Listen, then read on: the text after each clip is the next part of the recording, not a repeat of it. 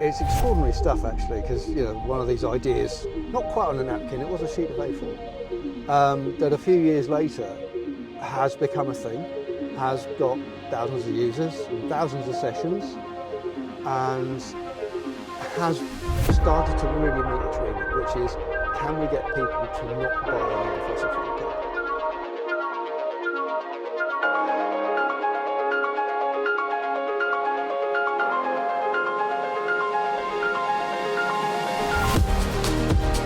I've been thinking of buying an electric car for over a year now, but I didn't because I have no way to charge it at home. I live in a flat on a second floor. So hopefully Mike is at home. Should be, his car's there.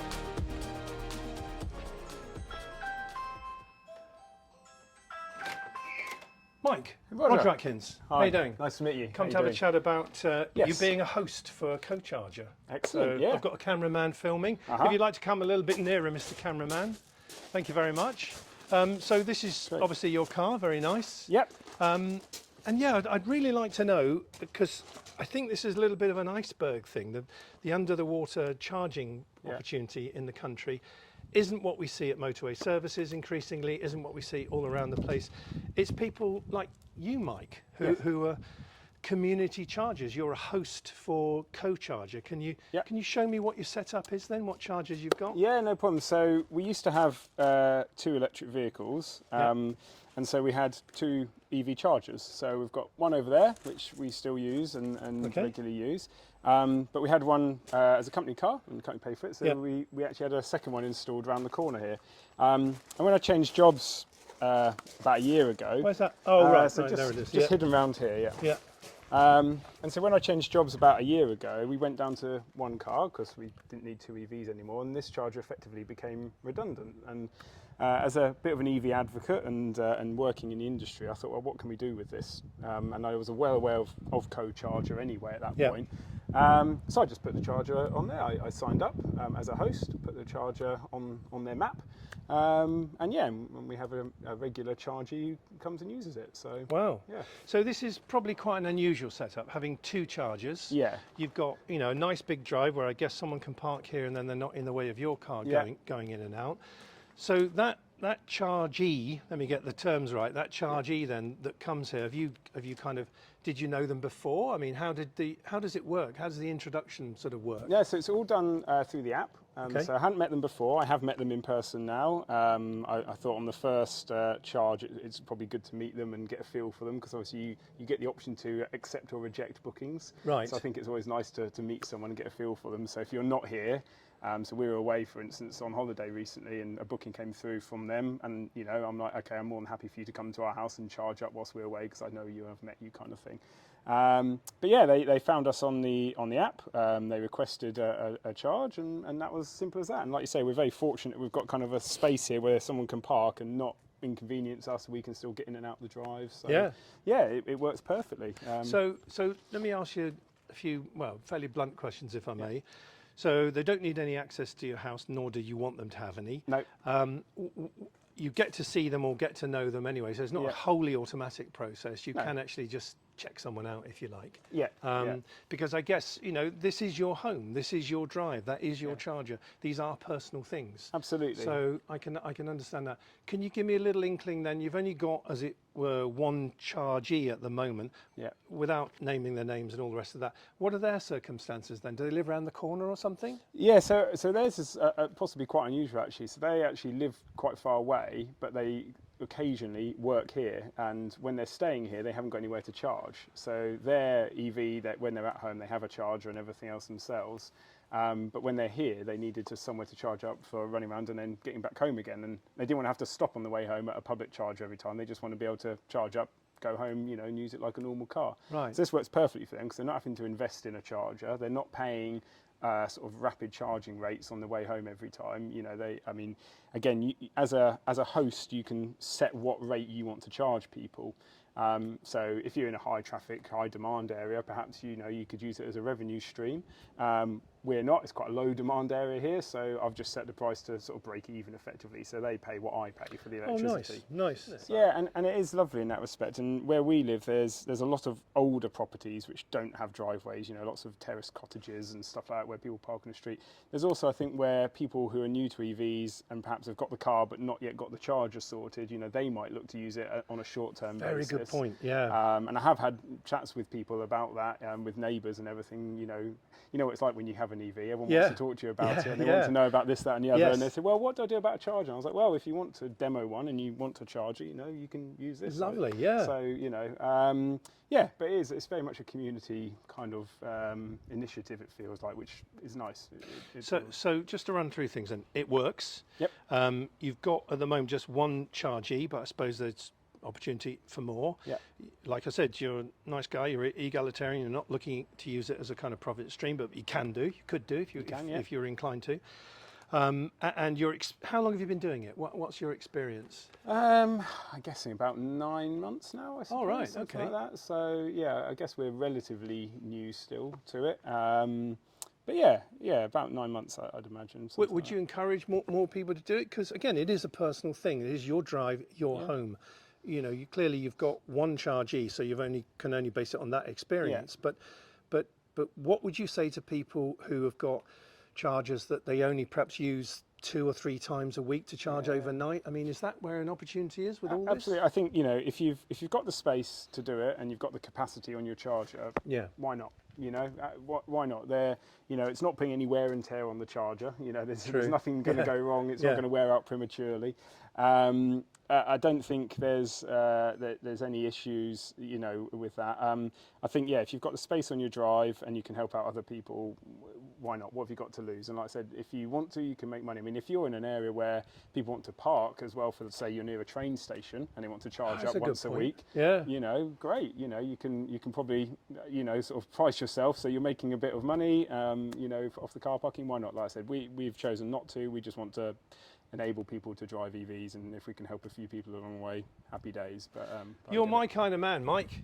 Thank you for sharing that with us, and thank you for sharing your charger. I think everything you said just resonates with, I'm sure it will resonate with a lot of people watching. Okay, Claire, thank you for meeting me. I'm just trying to get my head around being a host for Co-Charger and being a Chargee for Co-Charger, and you're a Chargee, aren't you? What does that mean? Can you tell us about that? Yes, so we have an electric car, and we normally charge it at home, but we're having building work done and we can't get to the charger. So I needed somewhere else to charge the car, and a friend locally had mentioned Co-Charger to me. So I looked it up and found that this guy was doing charging just around the corner from my house, which is so convenient, 2 minutes walk. And I compared with the sort of corporate chargers in town, and it was cheaper, so much more convenient. So now when the car runs out of charge, I just go on the app and ask to charge the car, and when it's accepted, I can just drive it here, plug it in, press start on the app, and away it goes. It's as simple as that. Yes. And so, do you mind me, I don't want to get too personal about the questions, but how much does it cost? Is there a fee that then you agree to on the app, so you know how much you're going to pay for the charging session? It tells you the rate on the charging session. To be honest, this car is really new to us, so I've only charged it a couple of times, so I'm not so used to how much this one costs. But our previous car, which was smaller, we've worked out that it took about 4 hours to charge, and it would be something I can't remember now, maybe £13-15 or something. With this car on the app for the car, it tells you when it's fully charged, and this host is so flexible that if it's taking a bit longer, he doesn't mind if I just message him on the app and leave the car for a bit longer till it's finished. We've got a nice drive where you can get 2 cars on and off easy enough. So we spoke to a host earlier actually, and that was fascinating, because what struck me was there is this sense of community, there is this sense of sharing. I mean, that is what it is, that is how it works.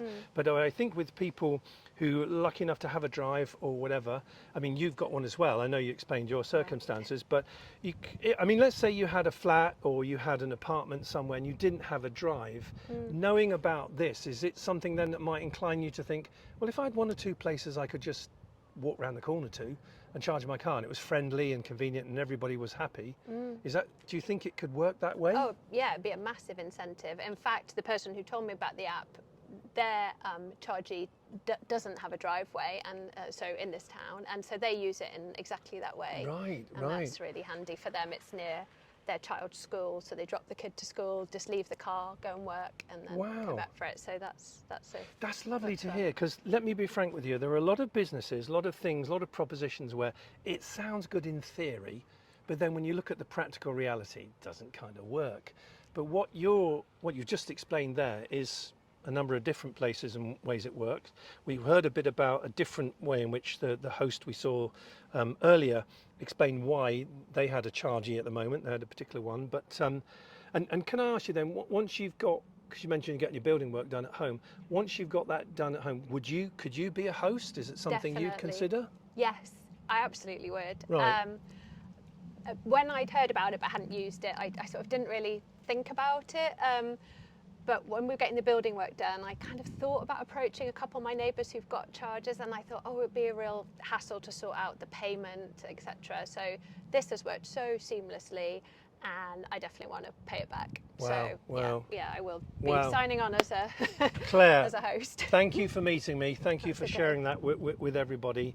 And this is, I think, an illustration that when people talk about there isn't charging available, we've got a big issue with all these EVs being sold.